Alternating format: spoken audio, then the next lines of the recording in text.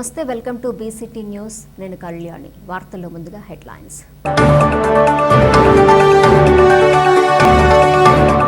ప్రభుత్వం రైతులకు అవసరమైన యూరియాను కూడా సరఫరా చేయలేని స్థితిలో ఉంది. వైఎస్ఆర్ పార్టీ పిట్లవారిపాలెం మండల అధ్యక్షుడు ఉయ్యూరు లీలా శ్రీనివాసరెడ్డి. బీచ్ ఫెస్టివల్ పెద్ద ఎత్తున నిర్వహిస్తున్నాం, అందరూ సహకరించాలి. జిల్లా కలెక్టర్ జె వెంకటమురళి. మెడికల్ కళాశాలను ప్రైవేట్ భాగస్వామితో ఏర్పాటు చేయాలన్న రాష్ట్ర ప్రభుత్వ నిర్ణయం సమర్థనీయం కాదు. మాజీ శాసనసభ్యులు కోన రఘుపతి.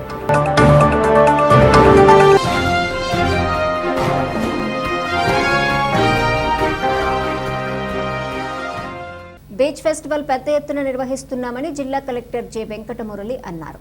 కలెక్టర్ కార్యాలయంలో సూర్యలంక బీచ్ ఫెస్టివల్ పై collector J Venkatamurali, Chirala MLA MM Kondaiah, Bapatla MLA Vegesina Narendra Varma సమీక్షా సమావేశం నిర్వహించారు. బీచ్ ఫెస్టివల్ ను ఘనంగా నిర్వహించేందుకు సమగ్ర ప్రణాళికలు సిద్ధం చేశామని ఈ సందర్భంగా ఆయన పేర్కొన్నారు. దేశ స్థాయిలో గుర్తింపు వచ్చేలా సూర్యలంక బీచ్ ఫెస్టివల్ ప్లానింగ్ చేశామన్నారు. బీచ్ ఫెస్టివల్ కు వచ్చే ప్రజలందరికీ అన్ని సౌకర్యాల కల్పనపై దృష్టి సారించాలని సూచించారు. బాపట్లను పర్యాటక పట్టంలో మరింత ప్రాచుర్యం పొందేలా బీచ్ ఫెస్టివల్ కు రూపకల్పన చేయాలన్నారు. బీచ్ ఫెస్టివల్లో భాగంగా 97 కోట్లతో సీఎం చంద్రబాబు సూర్యలంక బీచ్లో అభివృద్ధి పనులకి శ్రీకారం చుట్టారన్నారు. స్థానిక శాసనసభ్యులు వేగేసిన నరేంద్ర వర్మ మాట్లాడుతూ బాపట్ల నియోజకవర్గంలోని సూర్యలంక, చీరాల నియోజకవర్గంలోని రామాపురం బీచ్లను మరో గోవా బీచ్గా అభివృద్ధి చేసుకోవటం కోసం ఎంతో శ్రమపడుతున్నామని అన్నారు. స్వర్ణాంధ్ర స్వచ్ఛాంధ్ర పథకం కింద 97 కోట్ల 52 లక్షల రూపాయల నిధులు మంజూరు చేయడం జరిగిందని పేర్కొన్నారు. రాష్ట్ర ముఖ్యమంత్రి నారా చంద్రబాబు నాయుడు, జిల్లా collector G Venkata Murali, MP Pemmasani దృష్టి సారించడం వల్ల ఇంత పెద్ద మొత్తంలో మంజూరు చేయడం జరిగిందని అన్నారు. ఈ కార్యక్రమంలో చీరాల ఎమ్మెల్యే కొండయ్య, శాఖల అధికారులు తదితరులు పాల్గొన్నారు. ఒక బీచ్ ఫెస్టివల్ అనేది చాలా పెద్ద ఎత్తున చేయబోతా ఉన్నాం. వస్తున్నారా? ఫెస్టివల్ ఇది వరల్డ్ టూరిజం డేలో భాగంగా 27th సెప్టెంబర్ వరల్డ్ టూరిజం డేలో భాగంగా ఆ రోజున ఆనరబుల్ చీఫ్ మినిస్టర్ కూడా బాపట్లకు వస్తారు. సూర్యలంక బీచ్లో ఒక పబ్లిక్ మీటింగ్ కూడా అడ్రస్ చేస్తారు. అండ్ దీనికి సంబంధించినటువంటి టూరిజంలో స్టేక్ హోల్డర్స్ అయినటువంటి రిసార్ట్స్ కానీ, టూరిస్ట్ ప్లానర్స్ కానీ, అండ్ ఈవెంట్ మేనేజ్మెంట్ చేస్తున్న వాళ్ళు కానీ, టూరిజం డెవలప్మెంట్లో ఉన్నోళ్ళు కానీ, వీళ్ళందరినీ ఈ స్టేక్ హోల్డర్స్కి, అందులో ఉత్తమ సేవలు చేస్తున్న వాళ్ళందరికీ అవార్డులు, రివార్డులు కూడా సీఎం గారి చేతుల మీదుగా ఇస్తారు. దీన్నంతటినీ కూడా టూరిజం డిపార్ట్మెంటు, టూరిజం కార్పొరేషను చూస్తూ ఉంది. ఈ విషయాలన్నింటినీ టూరిస్ట్ డెస్టినేషన్లో పెద్ద ఎత్తున మనం జరుపుకుంటాం, రాష్ట్ర స్థాయిలో జరుపుకుంటాం. ఈసారి వరల్డ్ టూరిజం డే సెలబ్రేషన్స్ని రాష్ట్ర స్థాయి ఫంక్షన్గా పెద్ద ఎత్తున సూర్యలంక బీచ్లో జరపాలని చెప్పి గవర్నమెంట్ నిర్ణయించింది. దానికి గాను మనకు ఒక 3 కోట్ల బడ్జెట్ కూడా గవర్నమెంట్ కేటాయించింది. అట్లానే డిస్ట్రిక్ట్ టూరిజం డే కోసం కేటాయించిన 1 crore కూడా అందులో కలిపి 4 కోట్లతో పెద్ద ఫంక్షన్ చేయాలని చెప్పి ప్రభుత్వం నిర్ణయించింది. ప్రోగ్రామ్స్ చేయాలి సీరియస్గా అనేటువంటిది గవర్నమెంట్ అభిప్రాయం. సో 26, 27, 28 3 రోజులు పెద్ద ఎత్తున బీచ్ ఫెస్టివల్ అనేది జరుగుతుంది. మనకు ఒక పక్కన ఈ స్పోర్ట్స్ ఈవెంట్స్ లాంటివి కూడా పెట్టుకోవడం జరుగుతుంది. అంటే beach volleyball, beach kabaddi, and kho kho, fencing, boxing ఇలాంటితో పాటు అట్లానే మరి హెలికాప్టర్ ద్వారా చిన్నపాటి రైడ్స్ లాంటివి, చిన్న రైడ్స్, అట్లానే హాట్ బెలూన్లో rides, speed boats, musical nights, traditional classical dances, singing, మంచి టాలీవుడ్ సింగర్స్తో సింగింగ్, అట్లానే కొన్ని కామెడీ షోస్ లాంటివి, ఫుడ్ కోర్ట్స్ లాంటివి, ఎగ్జిబిషన్ లాంటిది, అన్ని రకాలుగా పబ్లిక్కి హోల్ ఫ్యామిలీ మెంబర్స్, భార్య, భర్త, పిల్లలు, తల్లిదండ్రులు అందరూ కలిసి వస్తే హోల్ ఫ్యామిలీ ఎంటర్టైన్మెంట్ ఉండేటట్టుగా వాళ్ళకి, పిల్లలకి కావాల్సిన ఎంటర్టైన్మెంటు, రకాల రాష్ట్రంలో, దేశంలో ఉన్న రుచులన్నీ ఉండేటట్టు ఫుడ్ కోర్ట్స్. సో భారీ ఎత్తున మనం ట్రై చేస్తున్నాం. అట్లనే భారీ స్థాయిలో ప్రజల్ని కూడా ఆకర్షించి ఇది పండుగ వాతావరణంలో చాలా పెద్ద ఎత్తున జరగాలి, మన జిల్లాకి ఒక మంచి పేరు రావాలి, సూర్యలంక బీచ్కి ఒక మంచి గుర్తింపు రావాలి. మొత్తం దీనికి ఒక మన హైదరాబాద్లో కానీ, ఒరిస్సా కానీ, అమరావతి, విజయవాడ ఈ స్టేట్స్లో అన్ని చోట్ల నుంచి పబ్లిక్ రావాలి. మనది మీడియాలో కూడా మంచి పాపులారిటీ, సోషల్, ఎలక్ట్రానిక్, ప్రింట్ అన్ని మీడియాల్లో పాపులారిటీ రావాలి. తద్వారా వచ్చేటువంటి బిజినెస్ మరి జిల్లాలో ఉన్నటువంటి రిసార్ట్స్ పీపుల్ కానీ, అక్కడ ఏదైనా రీటైల్ షాప్స్ పెట్టుకునే వాళ్ళు కానీ, ట్రాన్స్పోర్ట్కి సంబంధించి కానీ, లేదా దాని మీద డిపెండ్ అవుతూ హోటల్స్, లాడ్జెస్ పెట్టుకునే విషయంలో కానీ, వీటన్నింటి విషయాలలో అట్లనే లోకల్గా ఉన్నటువంటి మన హ్యాండ్లూమ్స్ ప్రొడక్షన్ ఏదైతే ఉన్నాయో, శారీస్ లాంటివి, ధోతీస్ లాంటివి, వాటి సేల్స్ పెరగడం విషయంలో కానీ, వీటన్నింటిలో మనం ఉద్దేశించి ఒక ఫైనాన్షియల్ బూస్టింగ్ రావాలి జిల్లాలో.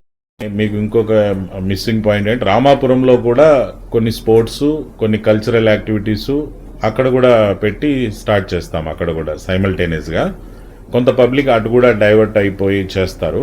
అక్కడ కూడా ప్రతిరోజు ఎమ్మెల్యే గారు వచ్చి పబ్లిక్తో ఇంటరాక్ట్ అవ్వడం అది ఇది జరుగుతుంది.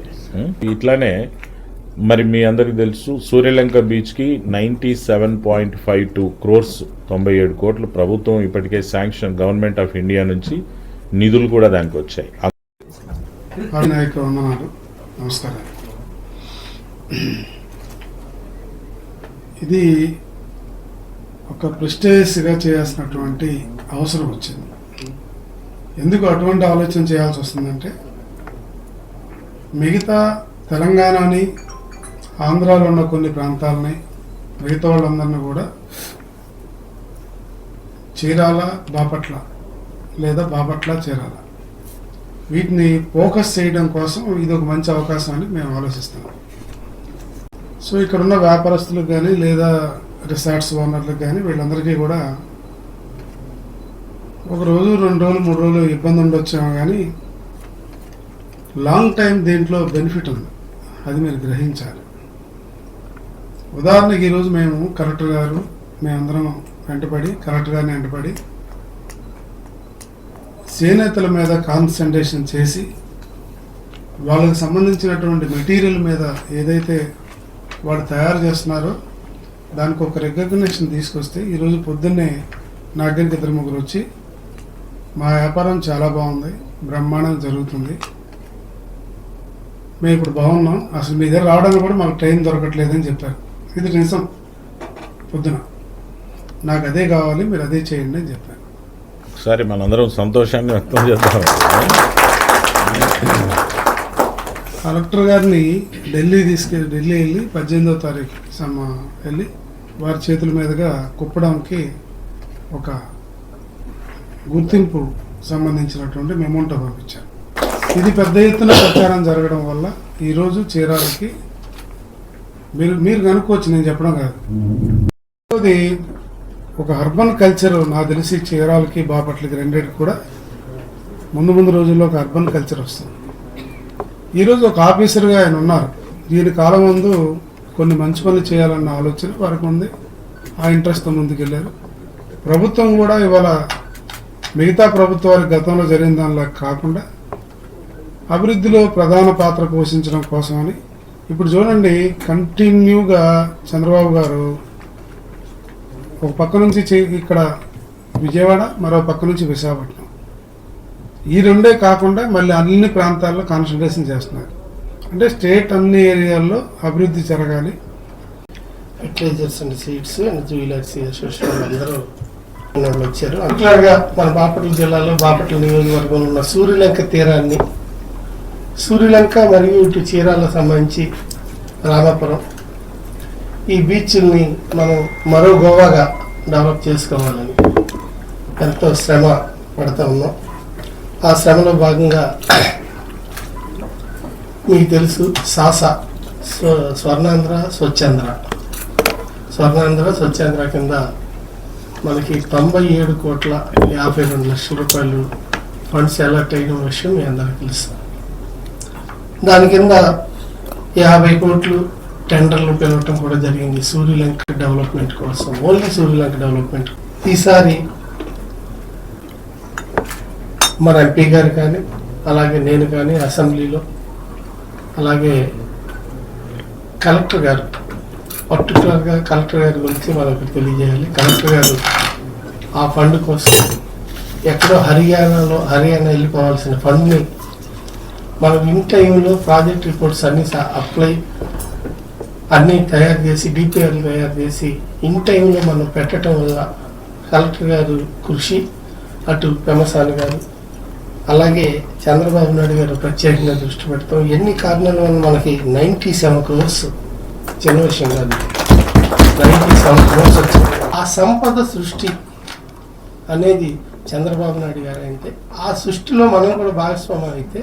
బాపట్ల పట్టణంలోని 31వ వార్డు నరాలశెట్టివారిపాలెంలో జనసేన యువత ఆధ్వర్యంలో వినాయక చవితి ఉత్సవాలు ఘనంగా నిర్వహించారు.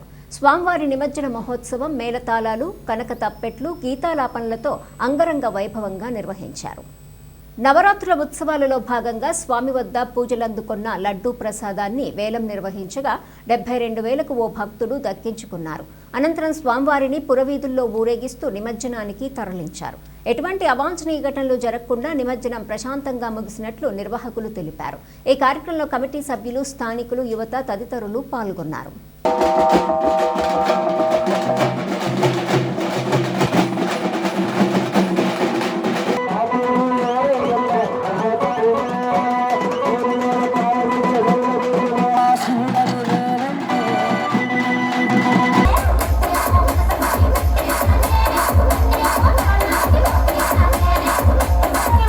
కార్తీక్ గారి పాట 61,000 రూపాయల పాట, కారు మంచి రామకోటేశ్వరరావు గారి పాట 65,000 రూపాయలు ఒకటోసారి. కార్తీక్ గారి పాట 70,000 రూపాయలు.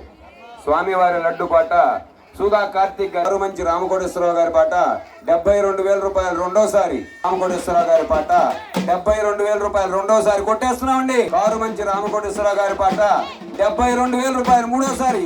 జై బోలో గణేష్ మహారాజ్ కి. మెడికల్ కళాశాలలను ప్రైవేటు భాగస్వామ్యంతో ఏర్పాటు చేయాలన్న రాష్ట్ర ప్రభుత్వ నిర్ణయం సమర్థనీయం కాదని మాజీ ఎమ్మెల్యే కోన రఘుపతి అన్నారు. తన నివాసంలో నిర్వహించిన విలేకరుల సమావేశంలో ఆయన పాల్గొని ప్రసంగించారు. ప్రజల ఆరోగ్యానికి సంబంధించిన రంగంలో ప్రభుత్వమే పూర్తిగా బాధ్యత వహించాల్సిందని ఈ సందర్భంగా ఆయన పేర్కొన్నారు. ప్రైవేటు భాగస్వామ్యంతో మెడికల్ కళాశాలల స్థాపన పేరుతో ప్రభుత్వం మరో భారీ కుంభకోణానికి శ్రీకారం చుట్టబోతుందని రఘుపతి ఆరోపించారు. పేద మధ్యతరగతి విద్యార్థులకు వైద్య విద్య మరింత అందనంత దూరమవుతుందని ఆయన ఆందోళన వ్యక్తం చేశారు. రాష్ట్రంలో ఇప్పటికే వైద్య విద్య ప్రైవేటు చేతుల్లో ఉండటంతో సాధారణ కుటుంబాలపై పెద్ద భారమైందని, ఇప్పుడు ప్రభుత్వమే ఈ ధోరణిని ప్రోత్సహించడం తగదని పేర్కొన్నారు. అన్ని వర్గాల విద్యార్థులు సమానంగా అవకాశాలు పొందేలా ప్రభుత్వ రంగంలోనే కొత్త మెడికల్ కళాశాలలను ఏర్పాటు చేయాలని డిమాండ్ చేశారు.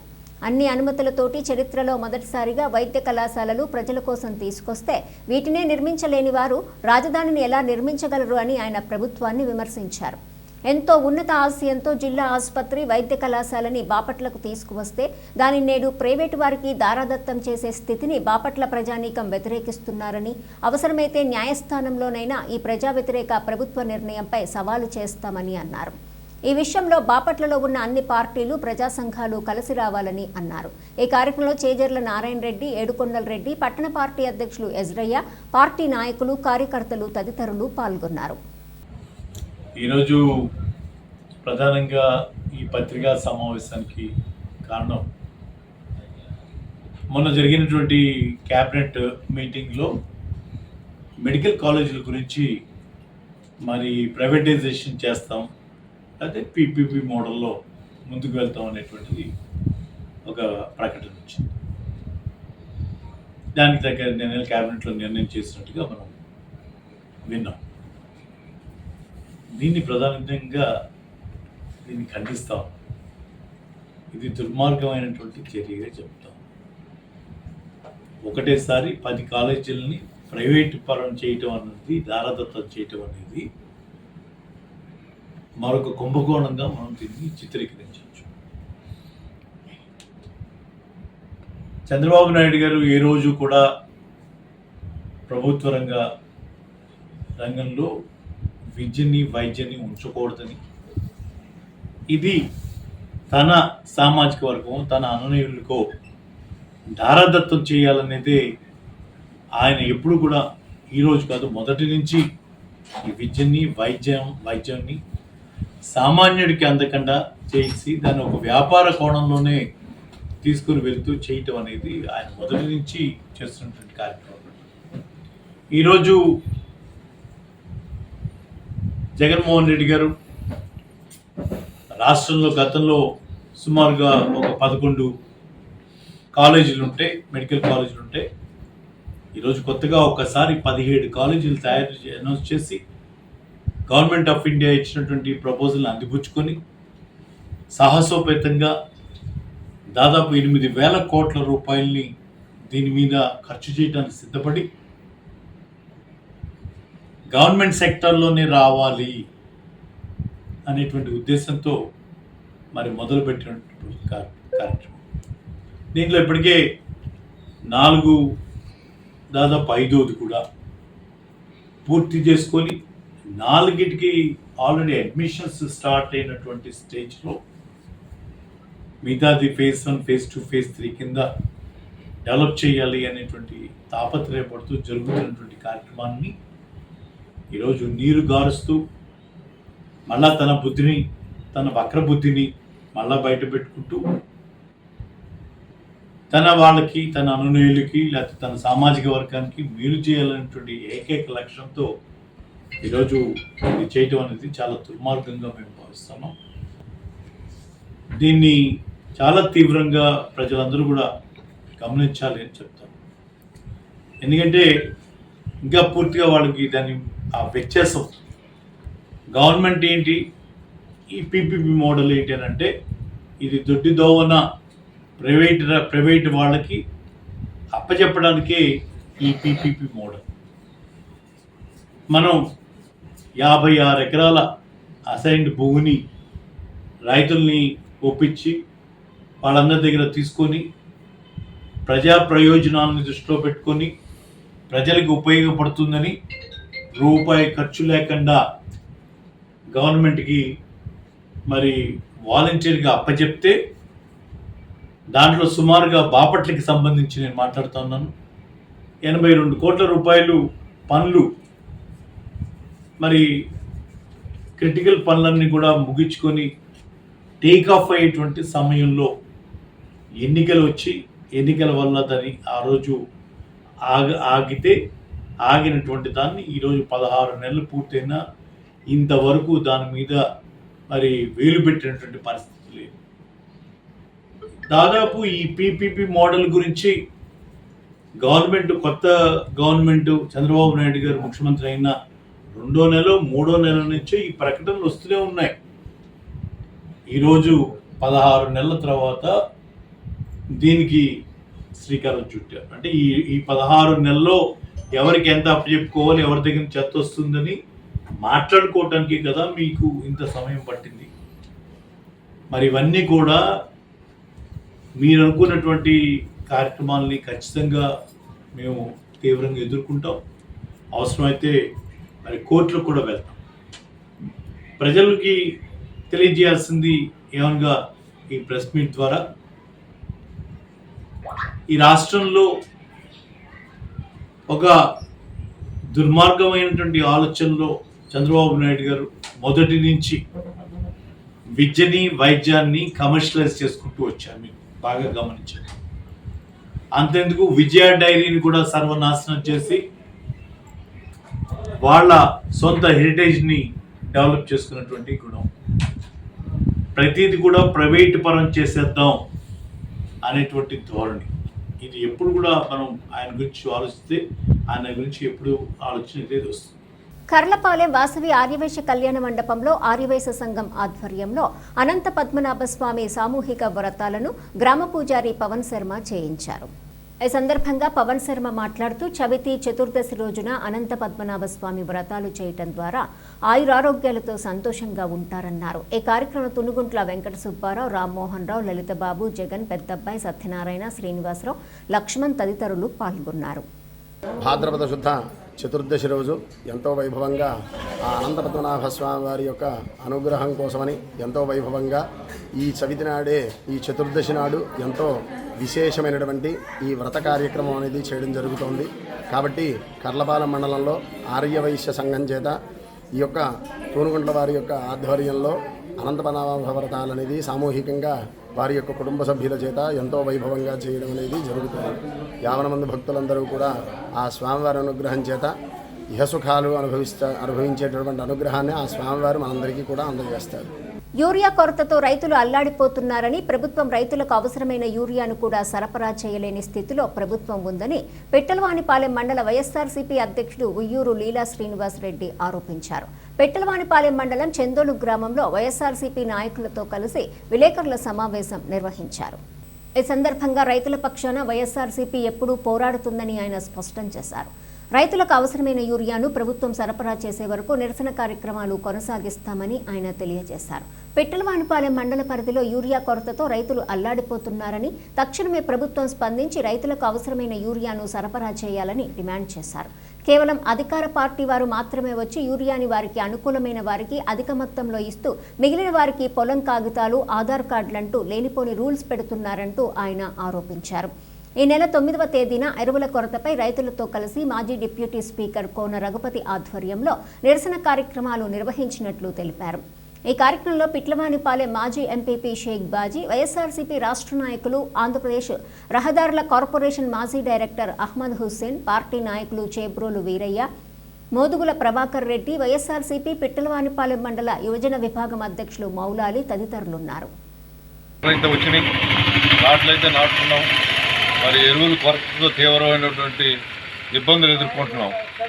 మరి ఆ వచ్చిన ఎరువులు ఏమవుతున్నాయో, మరి ఎక్కడికి వెళ్తున్నాయో దొడ్డిదారిన, మరి ప్రభుత్వం ఏమన్నా మేము కావాల్సినంత ఎరువులు పంపిస్తున్నామని చెప్తున్నారు. మరి రైతులకి ఎక్కడ ఈ సంక్షోభం ఎందుకు వచ్చింది? గత ప్రభుత్వంలో రైతు భరోసా కేంద్రం ద్వారా మరి అందరికీ అందుబాటులో ప్రతి రైతు కూడా ఎక్కడా కూడా ఇబ్బంది పడకూడదని మరి మా ముఖ్యమంత్రి జగన్మోహన్ రెడ్డి గారు మరి రైతు పక్షపాతిగా మరి చేసినటువంటి మరి ఆ రోజు లేని కొరత ఈ రోజు ఎందుకు వచ్చింది? అదే భూమి, అదే రైతులు మరి ఎందుకు ఈ యొక్క కృత్రిమ కొరతని సృష్టించి రైతులను నానా ఇబ్బంది పెట్టి దొడ్డిదామున అవి వెళ్ళే చోటకి మరి తెలుగుదేశం పార్టీ కార్యకర్తలు కూడా వాళ్ళకి అన్యాయాలకి వాళ్ళు తీసుకెళ్ళి వాళ్ళ ఇళ్లలో పెట్టుకోవటం, వాళ్ళ గోడౌన్లో పెట్టుకోవటం, అధిక ధరలకి వాళ్ళు దొడ్డిదామున చేస్తున్నటువంటి దుర్మార్గమైన పనిని మేము వైఎస్ఆర్ పార్టీ తరఫున ఖండిస్తున్నాం. మన మండలంలో కానీ నియోజకవర్గంలోనే కాదు, పూర్తి రాష్ట్రం మొత్తం ఎరువుల కొరత అనేది ఉంది. దాంట్లో భాగంగా ఎక్కడైతే ఎరువులు వస్తున్నాయో ఈ సొసైటీస్ ద్వారా ప్రతి విలేజ్లో వస్తున్నాయి. ఇక్కడ మన జగన్మోహన్ రెడ్డి హయాంలో అయితే ఆర్బీకేలను పెట్టి ఆర్బీకేల ద్వారానే ప్రతి ఒక్కరికి యూరియా కొరత కానీ ఎరువుల కొరత కానీ లేకుండా చూశారు. కానీ ఈరోజు అలా లేదండి. ఈ ఆర్బీకే ఎంప్లాయీస్ కూడా వీళ్ళతో కలిసి, టీడీపీ నాయకులతో కలిసి కనీసం వాళ్లకు సర్పంచులు కానీ కాదు, ఎంపీటీసీలని కాదు, వీళ్ళని కూడా పక్కన పెట్టేసి టీడీపీ నాయకులు ఎవరికైతే చెప్తున్నారో వాళ్ళకే ఈ యూరియాని ఇవ్వడం జరుగుతుంది. దీనివల్ల రైతులు ఆర్థికంగా పోతున్నారు. ఇవాళకి మన మండలంలో నెలైంది నాట్లేసి కనీసం యూరియా దొరకని పరిస్థితి. ఏదో చిన్న రైతులైతే ఎకరం వాళ్ళు లైన్లో నుంచుంటున్నారు. 200 మంది 300 మంది కొట్టుకుంటూ 4-5 గంటలకు వాళ్ళు ఒక బస్తా దొరుకుతుంది. కానీ కాస్త పెద్ద రైతులు, కౌలు రైతులైన వాళ్ళు 1 బస్తా 2 బస్తాలతో అల్లాడుతున్న వాళ్ళకి అది కూడా దొరకట్లా. ఏమైనా అంటే మీకు నెక్స్ట్ టైంలో బండి వస్తుంది, మీకు యూరియాని అందిస్తామంటున్నారు. కానీ ఇవాళ వరకు యూరియా అనేది దొరకలా, ఎరువు అనేది వేయాల. దీంతో రైతులు మొత్తం అల్లాడిపోతున్నారు. ఈ సంక్షోభం లేకుండా మన రాష్ట్ర ముఖ్యమంత్రి కానీ, మన ఈ ఆర్బీకే ఎంప్లాయీస్ కానీ, అగ్రికల్చర్ ఎంప్లాయీస్ కానీ చూసుకుంటూ అందరికీ ఎవరైతే పొలాలు వేస్తున్నారో వాళ్ళందరికీ యూరియాని అందించవలసిందిగా మేము కోరుతున్నాం. ఈరోజు రాష్ట్రంలో చూస్తే యూరియా కొరత పరిస్థితి బాగా ఉంది. అయినా కానీ ముఖ్యమంత్రి గారు ఏమన్నా యూరియా కొరత లేకుండా పంపిస్తామంటున్నారు. కానీ మా చందోలు గ్రామం వరకు తీసుకుంటే ఇప్పటివరకు మేము నాట్లేసి ఇప్పటివరకు దరిదాపు 1 రోజులు అయిపోయింది. అయినా ఒక్క యూరియా కట్ట కూడా మా చేతికి అందని పరిస్థితి. యూరియా అయితే పంపిస్తున్నారు, లోడ్లు వస్తున్నాయి, తీసుకెళ్తున్నాం అంటున్నారే తప్ప ఇప్పుడు మేము 10-15 20 ఎకరాల రైతుని నేను. 20 ఎకరం రైతుకి 4 కట్టలు కావాలంటే ఎక్కడి నుంచి వస్తాయి?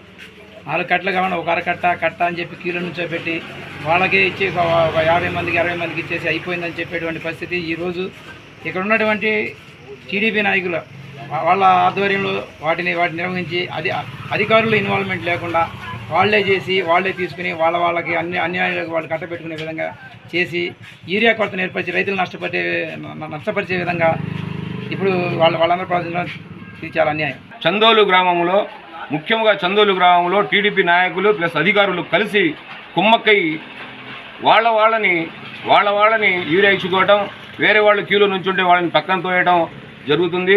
ఈరోజు కూడా ఆర్బీకే నుంచి 200 బస్తాలు యూరియా వచ్చింది. మొన్న కూడా మనం సొసైటీ నుంచి 200 బస్తాలు యూరియా వచ్చింది, 20 వచ్చింది, డిఏపి వచ్చింది. అయితే ఇలా స్వార్థ రాజకీయాల కోసం వాడుతున్నటువంటి పరిస్థితి ఇక్కడైతే పూర్తిగా కనబడుతుంది. బాపట్ల పట్టణంలో కొలువై ఉన్న శ్రీ క్షీరభావనారాయణ స్వామి దేవస్థానంలోని గణేశుని నిమజ్జన కార్యక్రమం అత్యంత వైభవంగా నిర్వహించారు. తీన్మారు డప్పులతో స్వామివారిని ఊరేగించారు. ఈ కార్యక్రమాలను సంపత్ గణపతి పరివారి అధ్యక్షులు బాబు నాగేంద్ర ఆధ్వర్యంలో ఆర్గనైజేషన్ సభ్యులు నిర్వహించారు.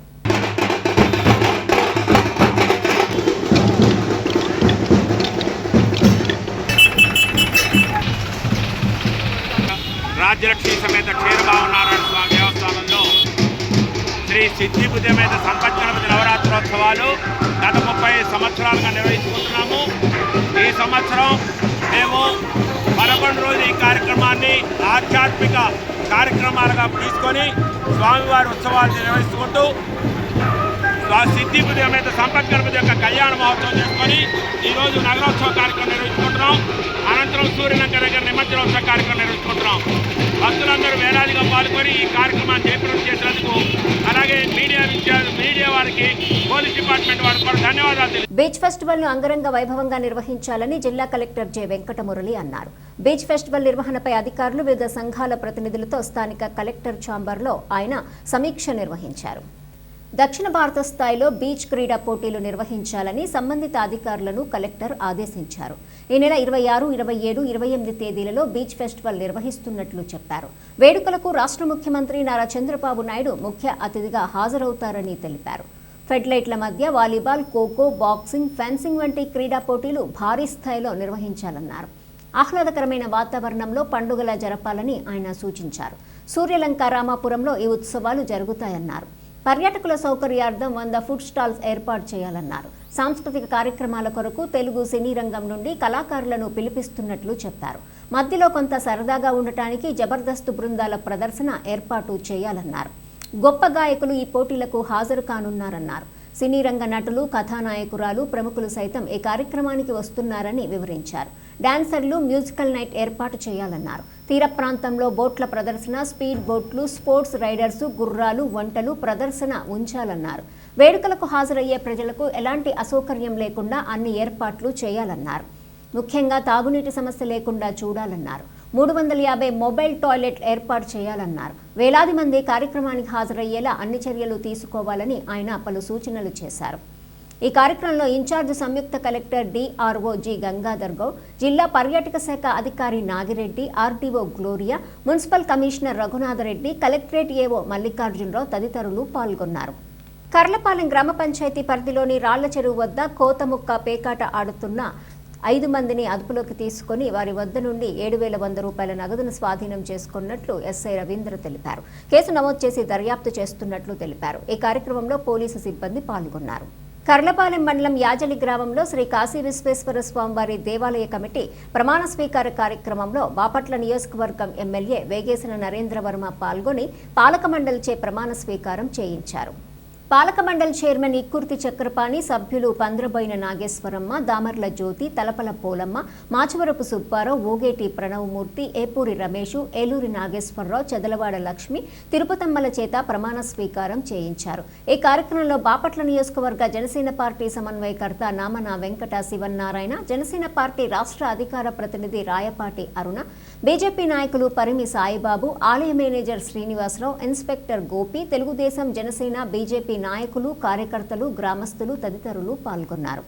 పిట్టలవానిపాలెం మండలం భవనంవారిపాలెం గ్రామ పంచాయతీ పరిధిలోని చోడిపాలెం గ్రామంలో విఘ్నేశ్వర విగ్రహ నిమజ్జన కార్యక్రమాన్ని ఘనంగా నిర్వహించారు. ఈ సందర్భంగా గ్రామంలోని వీధుల్లో బ్రహ్మోత్సవం నిర్వహించి అనంతరం 6 మండల ఛానల్ పంట కాలువలో నిమజ్జన కార్యక్రమాన్ని జరిపించారు. ఈ కార్యక్రమంలో గ్రామంలోని యువకులు, మహిళలు అధిక సంఖ్యలో పాల్గొన్నారు. వార్తలు ముగించే ముందు హెడ్లైన్స్ మరోసారి.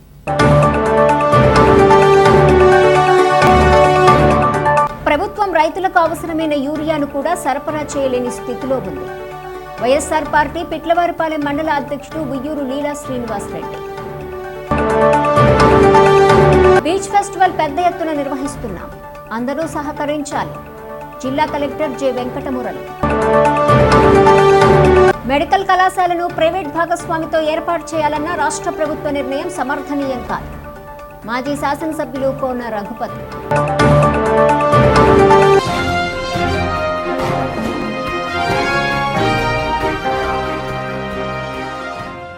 ఈ వార్తలు ఇందులో సమాప్తం. తిరిగి ప్రసారం అయ్యే బీసీటీ న్యూస్లో మళ్ళీ కలుసుకుందాం. అంతవరకు సెలవు. నమస్కారం.